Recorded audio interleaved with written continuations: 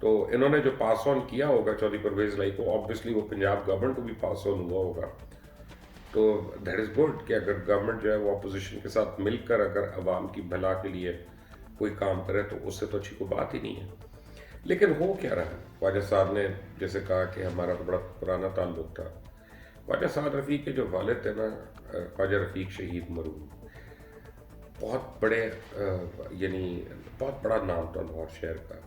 ان کو شہید کر دیا گیا تھا. لوہاری دروازہ جو اندرون شہر ہے وہاں کی بہت بڑی شخصیت تھی. اور چودھری شجاعت حسین کا ان کے والد کے ساتھ اور گھر والوں سے بڑا اچھا تعلق رہا ہے. تو اسی کا خواجہ سعد رفیق نے حوالہ بھی دیا کہ ہمارے تو خاندانوں کا تعلق ہے. تو ٹھیک ہے، ڈفرینس اپنی جگہ پہ، پر اب ہم آ گئے ہیں یہاں پہ. جب سے چینی اور آٹے بحران کی رپورٹ آئی ہے اور جہانگیر ترین کا نام آ گیا اس میں، اس تناظر میں جب ہم دیکھتے ہیں تو یہ میٹنگ انتہائی اہم ہے. اور اس کا مطلب ہے کہ پنجاب میں اب سیاسی جوڑ توڑ جو ہے وہ شروع ہو رہا ہے. جیسے یہ وبا ختم ہوتی ہے یا جیسے ہی اس وبا پہ قابو پایا جاتا ہے تو مجھے لگتا ہے کہ پنجاب میں اب سڈنلی ایک ہلچل مچنے والی ہے. دوسری طرف حکومت بھی اپنی تیاریاں کر رہی ہے. وہ 25 تاریخ کا ویٹ کر رہی ہے اور وہ یہ کر رہے ہیں کہ چڑیل میری خبر لائی ہے یہ. اور چڑیل کی خبر آپ کو پتا ہے بڑی اندر کی خبر ہوتی ہے کہ حکومت نے فیصلہ کر لیا ہے کہ شوگر مافیا کے اندر جس جس کا نام آیا ہے ان سب کے اوپر کرمنل ایف آئی آرز انہوں نے کاٹ دیا اور پولیس کے پرچے کرنے اور متعدد کرنے ہیں. کچھ 419 420 421 یہ کئی شکیں جو اس پہ لگ رہی ہیں. ان کے بقول حکومتی اراکین کے بقول جو انہوں نے میری چڑیل کو بتایا، انہوں نے کہا کہ جی 200 کے قریب لوگ ہیں جو فرنٹ مین تھے، نوکر لوگ تھے، کوئی کوک تھا، کوئی ڈرائیور تھا، کوئی فلاں تھا، جن کے نام پہ وہ شوگر کے پرمٹ لیے گئے ہیں اور ان کو بلا کر ایف آئی اے نے ان سے ایفیڈیوٹس لکھوا لیے. تو اب اگر خسرو بختیار صاحب نے کو معافی تلافی کی تو شاید وہ بچ جائیں، ورنہ 25 کے بعد خسرو بختیار صاحب کے لیے بھی برا وقت ہے. اور اگر نہیں ہوتا تو ایک بہت بڑا سوالیہ نشان ہے کہ جہانگیر ترین کیوں اور خسرو کیوں نہیں. اور اسی طرح باقی لوگوں کے بھی نام آ رہے ہیں اس میں، مونا سلائی کا بھی نام آ رہا ہے، سلیمان شہباز کا بھی آ رہا ہے، دیگر افراد کے بھی آ رہے ہیں اس میں. اب مونا سلائی جتنا مرضی کہیں کہ جی میں تو انوالو نہیں تھا یا میں تھرڈ پارٹی شیئر ہولڈر ہوں، حکومت نے جو فیصلہ کر دیا میں وہ بتا رہا ہوں، یعنی جو چڑیل نے میری بتایا. تو اب مجھے لگتا ہے کہ اس کے بعد اور بھی سکینڈلز منظر عام پہ آ رہے ہیں. دوسرا، عمران خان چاہ رہے ہیں کہ قرضہ معاف کرانے والوں کی اور ری شیڈیول کرانے والوں کی لسٹ جو ہے اس کی بھی انکوائری رپورٹ جو ہے اس کو پبلک کر دیں، کیونکہ اگر اس کو پبلک کرتے ہیں تو مزید اور لوگوں کی بھی کمر ٹوٹ جاتی ہے. اور اس میں بڑے بڑے نامور لوگ ہیں، کچھ اداروں کے بھی لوگ ہیں، ان کے بھی نام آ جائیں گے اس میں. تو ان کے جو عمران خان کے قریبی لوگ ہیں وہ ان کو بتانے کی کوشش کریں پلیز ایسا مت کرو، ایسا مت کرو. لیکن جو ہے وہ ابھی تک تو بضد ہے.